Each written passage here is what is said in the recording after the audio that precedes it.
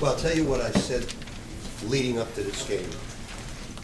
I said, guys, we're not scoring 92 and 90 and 84 points.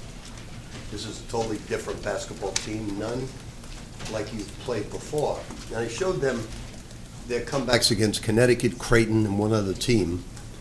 I said, guys, every possession is going to be challenged, and the reason they're such a great offensive rebounding team is they'll drive, throw it up, force you to rotate, and then kill the offensive glass. But without question, this was my favorite game of the season. Now, we've played better, but it's my favorite game of the season. Because when you're down 15 to a team like Seton Hall, and you're getting your backs kicked on the offensive glass, and you're in foul trouble, and you come back from 15 down and wind up with 20 offensive rebounds, you really wanted to win this game. And obviously these two gentlemen next to me, highly responsible for that. I thought Dylan Darling isolated and gave us probably the win tonight with some of the defensive plays he made, which was terrific. Ruben gave us a big lift. They just played Zuby as hard as they could play. But these guys keep getting better and better and better. Dylan was shooting great from the foul line. He went back to his Cincinnati ways tonight, bringing the ball behind his head. He just wanted some nostalgia of the past. But obviously, 17 points, 11 rebounds, 2 steals is a pretty damn good performance. I asked the guys before the game questions, what do you admire most about Zuby? And they all said, he just outworks everybody. I said, well, I've got to get 13 guys that outwork everybody like Zuby in order for us to progress at the level we want to get to. And these two guys did that tonight. Proud of them, great guys.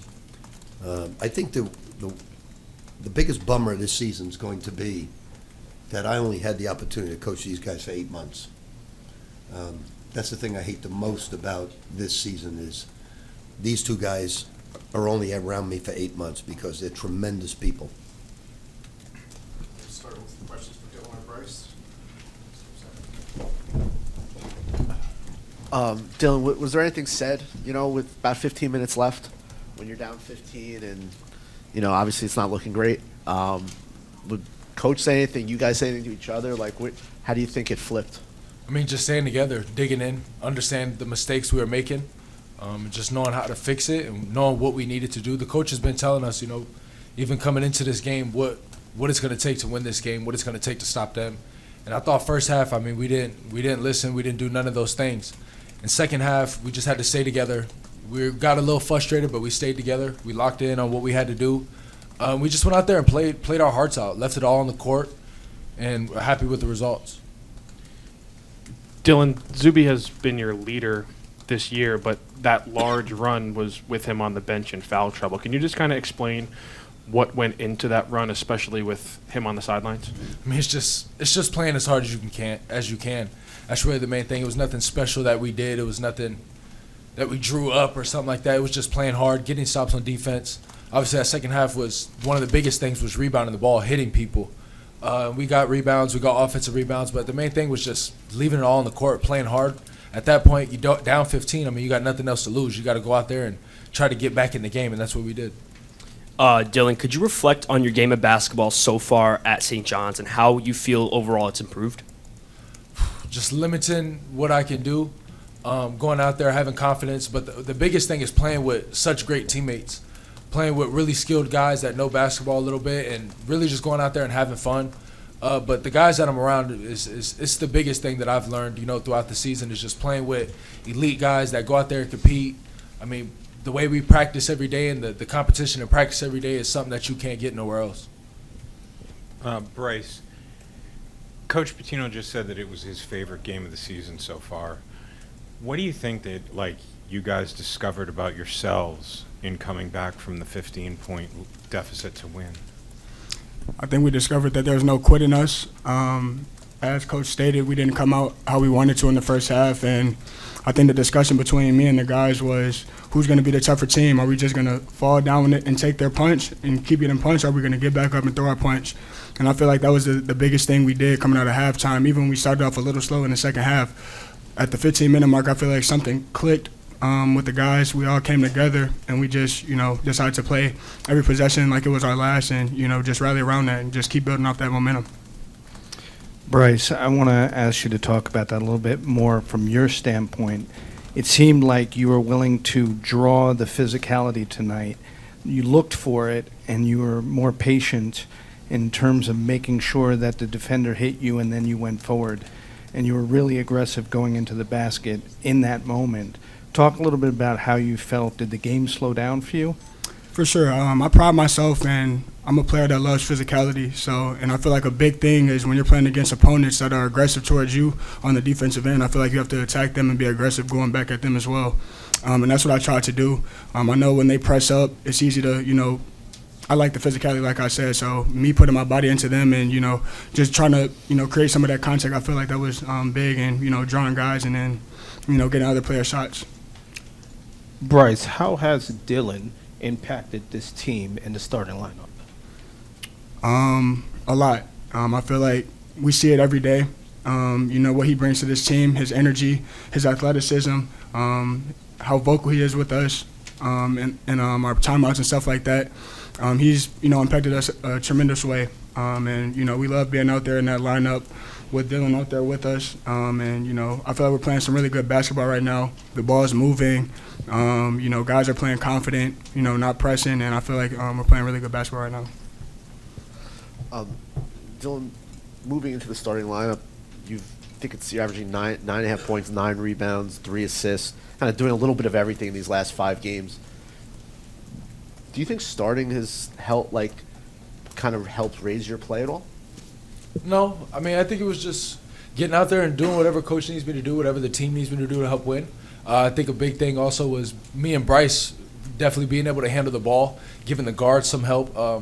I think one of the biggest things was trying to get the ball moving a little bit more. I felt like sometimes when I go home and watch the games back and even watch film with the team, it's like sometimes we feel like we're standing or stagnant. So just trying to get the ball movement a little more, try to get the guys on page with defense and just playing hard like Zuby does. But I think the main thing was just trying to get the ball moving a little bit more, like I said, being able to handle the ball and just get our offense going off rebounds and stuff like that, getting out in transition, stuff like that. Thanks, Dylan. Thanks, Bryce. Appreciate y'all. Thank you.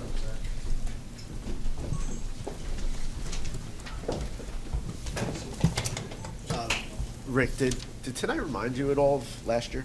A little bit, just with, Well, Seton Hall's a lot like our team was last year, without Kadari, and probably without RJ, but the style of play. So, I told the guys, to get down 15, I said, look, if we're going to win this game, you're going to have to play every single possession as if you're down 3 and 3-point shots coming, or you're down 2 and the 2-point shots coming without an offensive rebound. I said, but you may get in the NCAA tournament, and you may not have it like we don't have it tonight. So you're going to go home, or you're going to win the game. And that was the challenge I said to them. You're down 15. You're going to go home, NCAA tournament, say goodbye to everybody, never see each other again, or you're going to move on. So that's the challenge that we have right now, and I think with 20-second shots, they were just relentless on the backboard, refusing to lose. Dylan, Darling, and Ruben just refusing to give in. Ruben gave us a big lift as well. What Dylan's allowed us to do is he takes, now Ian did, this is the wrong type of game for Ian, but he's allowed Ian to play the point by just throwing it back to him against pressure, and he brings it up against a 4-man. So in Ian's defense, Ian's a wing player. He's a 2-guard. But in the overall scheme of things, he's going to become a much better basketball player by learning all of this. But this was a difficult game for him. This was more of a game for Dylan Darling tonight than it was for Ian. Coach, Dylan Mitchell has, the last 5 games, has really rebounded the ball very well. Did something click for him, you think? He's obviously put in the effort all year, but it feels like the last 5 games, the rebounding has really gotten there. I think he knew tonight Zuby wasn't rebounding at all, Bryce and him.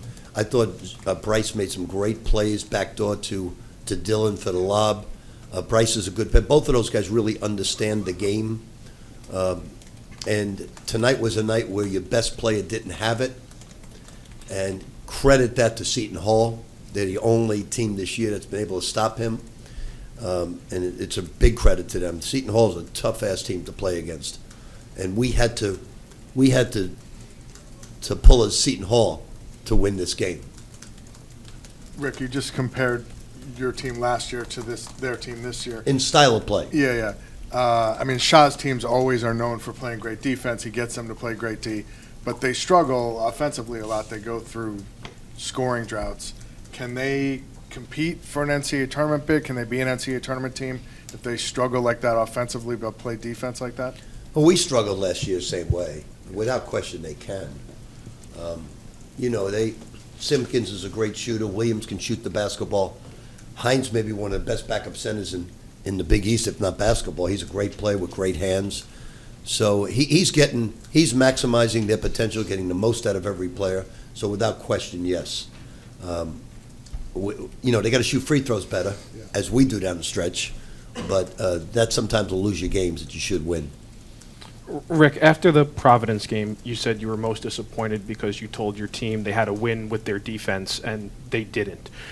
Tonight, obviously, down the stretch, you won with your defense. Are you surprised how quickly that message was bought in by your team of having to win with defense? What you and the rest of the media have just mistaken on is we only played 4 bad minutes since Georgetown against Providence. We went out to a big lead. We had 4 bad minutes, and that can happen to any basketball team, and a credit to Providence.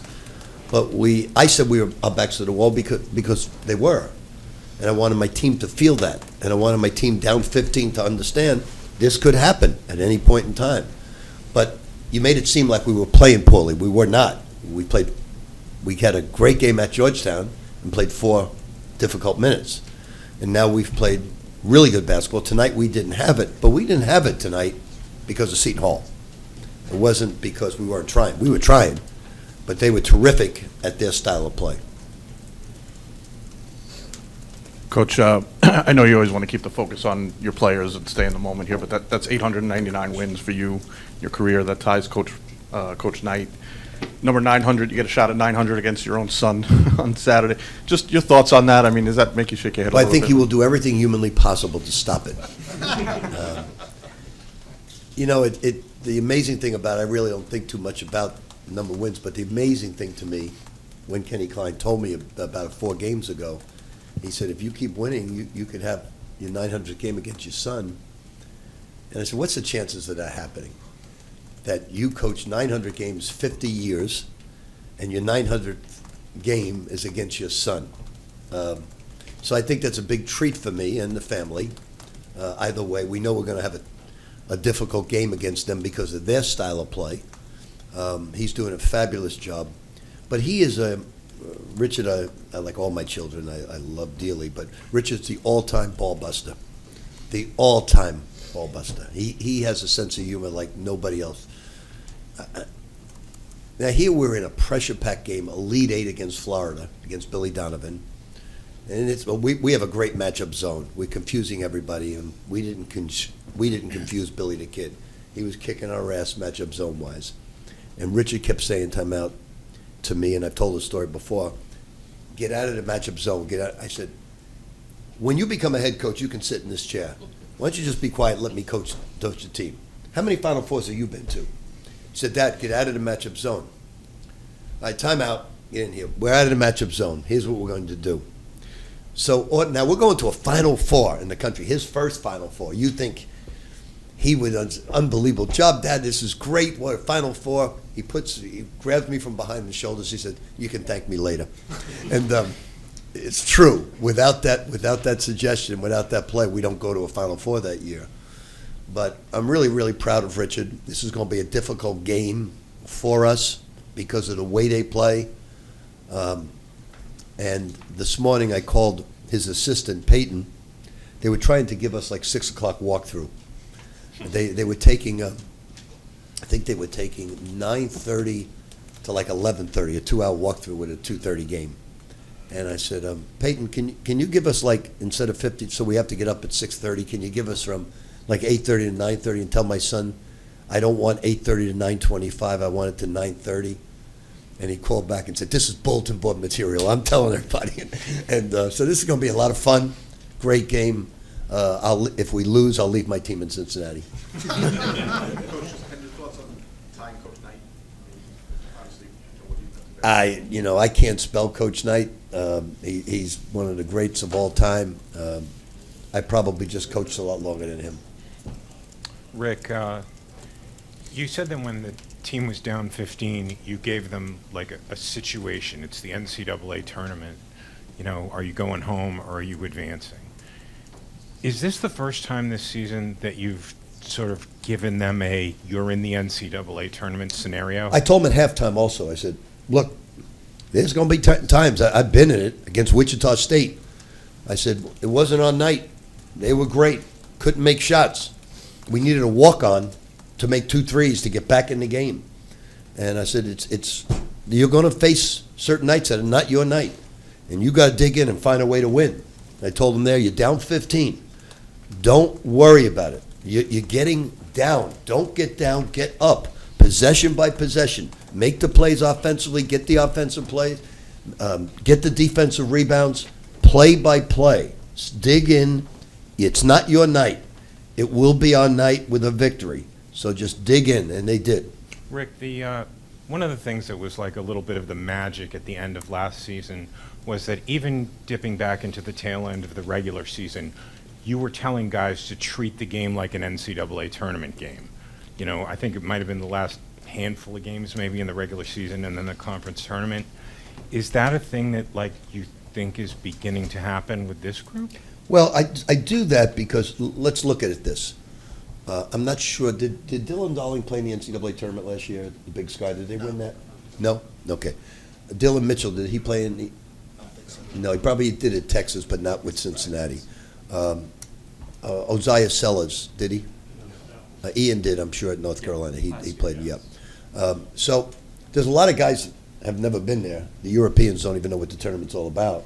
So I tried to just show them that there's going to be a night where you got to give the other team credit, and you got to do something about it to get a victory. You got to be a better rebounding team, better defensive team, because it's not your night. And they weren't tonight. They dug in, and they made it happen. I thought Dylan Darling iced the game with his defense.